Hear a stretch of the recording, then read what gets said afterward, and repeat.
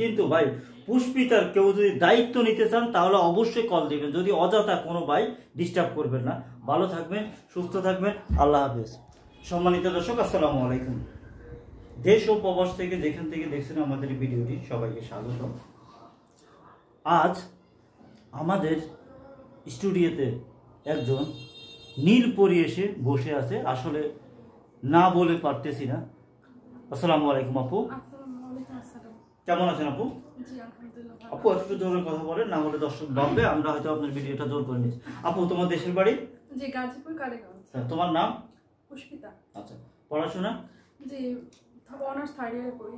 Honours third ইয়ারে পড়ো। আচ্ছা আপু, আমাদের এই ভিডিওগুলো কি তোমার দেখা হয়? জি ভাইয়া, দেখেই তো আসলাম। দেখে আসছো না? জি। আচ্ছা, আমাদের এখানে আসার উদ্দেশ্যটা কি একটু বলো। জি ভাইয়া, আমি চাই যে একটা ভালো মনের মানুষ, আমি বলি যে আমার বাবা নাই, হ্যাঁ, আমি আর আমার মা অনেক অসুস্থ, আমি মানে টিউশনি করে সংসারটা চালাই আর কি। তো আমার জীবনটা অনেক কষ্টের, হয়তো অনেকেই বুঝবে। অনেক কষ্ট করে একটা মানুষ এই দিনে টিউশনি করে আর কত পায়, এই দিয়ে সংসার চালানো, পড়াশোনা চালানো আমার সাধ্যের বাইরে। তো আমি এখানে আসছি যে এমন একটা ভালো মনের মানুষ যে হচ্ছে আমার দায়িত্ব নিতে পারবে, আমাকে বিয়ে করবে, আমাকে আগলে রাখবে, এমন একজন মানুষ খুঁজতেই আমি আসছি। আচ্ছা আপু, তুমি যেহেতু আসছো মনের মানুষের খোঁজার জন্য, ভালো একজন মানুষের জন্য। আচ্ছা আপু, তোমার বাড়ি যেহেতু গাজীপুরে, এখন আমার এই ভিডিওটা দেখে হয়তো অনেক ডিস্ট্রিক্টের মানুষ হয়তো নক করবে, কমেন্ট করবে। সেক্ষেত্রে অন্য কোনো ডিস্ট্রিক্টের মানুষকে যদি তোমাকে আগ্রহ হয় বিয়ে করার জন্য, সেক্ষেত্রে কি তুমি বিয়ে শাদী বসবে? জি অবশ্যই, আমার কোনো সমস্যা নেই। তাই? আচ্ছা বয়স? বয়স সেটা ম্যাটার করে না, সে মন থেকে ভালো হলেই হবে। তাই? আচ্ছা আপু, বয়স ম্যাটার করে না, মন থেকে ভালোবাসলে হবে। আচ্ছা, সে মানুষটা কেমন হলে চলবে তোমার? যেহেতু তুমি একজন শিক্ষিত ব্যক্তি, যেহেতু তুমি পড়াশোনা করো, সেই ক্ষেত্রে তোমার কি রকম ধরনের ছেলে হলে হবে? না, আমার সমস্যা নাই, সে যদি দুইটা বউ চালাইতে পারে আমার কোনো সমস্যা নাই, এরকম লোক হইলেও আমি বিয়ে করব। কারণ আমার জীবনটা অনেক বেশি কষ্টের।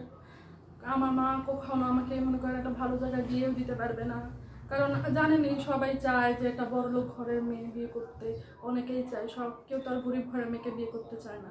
আমার মা বাবার এত সাধ্য নাই মার যে আমাকেও একটা ভালো জায়গায় বিয়ে দিবে টাকা পয়সা খরচ করে, সেটাও সম্ভব না। আচ্ছা আপু, একটি কথা বলেছো যে দুই একটা ব্যক্তির যদি আরেকটা সাধ্য থাকে বিয়ে করার, ওইরকম ব্যক্তি হলে চলবে। তার মানে তুমি চাচ্ছ দেশে যদি একটা লোক দুইটা বউকে যদি খাওয়াইতে পারে, চালাইতে পারে, ওই রকম ব্যক্তি হলে তোমার চলবে নাকি? হ্যাঁ হবে, কারণ ইসলামে তো 4টা বিয়ে জায়েজ আছে, সে যদি চালাইতে পারে তাহলে সে 2টা বিয়ে করলেও কোনো সমস্যা নেই। আচ্ছা আচ্ছা আপু, এখন মনে করো বিয়ে করলো, শাদী করলো তোমাকে ফোনের মাধ্যমে, কিন্তু তুমি কি তার সাথে কি প্রতারণা করার কোনো ইচ্ছা? অবশ্যই, বিয়ে করলে কি আর কোনো মেয়ে প্রতারণা করে? এটা কি সম্ভব? তাই? এটা তো সম্ভব না। হ্যাঁ, বিয়ে তো করবো অবশ্যই ভালোবাসার জন্য, সংসার করার জন্য। বিয়ে তো আর ছেলে খেলো না যে আজকে করলাম কালকে ছেড়ে দিলাম, এরকম তো না।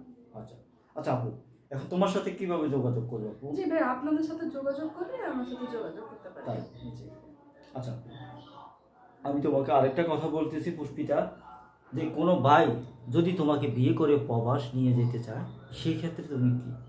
জি, আমি রাজি আছি, কিন্তু আমার তো একটা মা আছে, সে যদি যদি সে এখানে কোনো ব্যবস্থা করে দেয় আমার মার জন্য, আমি তার সাথে যে কোনো জায়গায় যেতে রাজি আছি, কোনো সমস্যা নেই। সমস্যা নেই।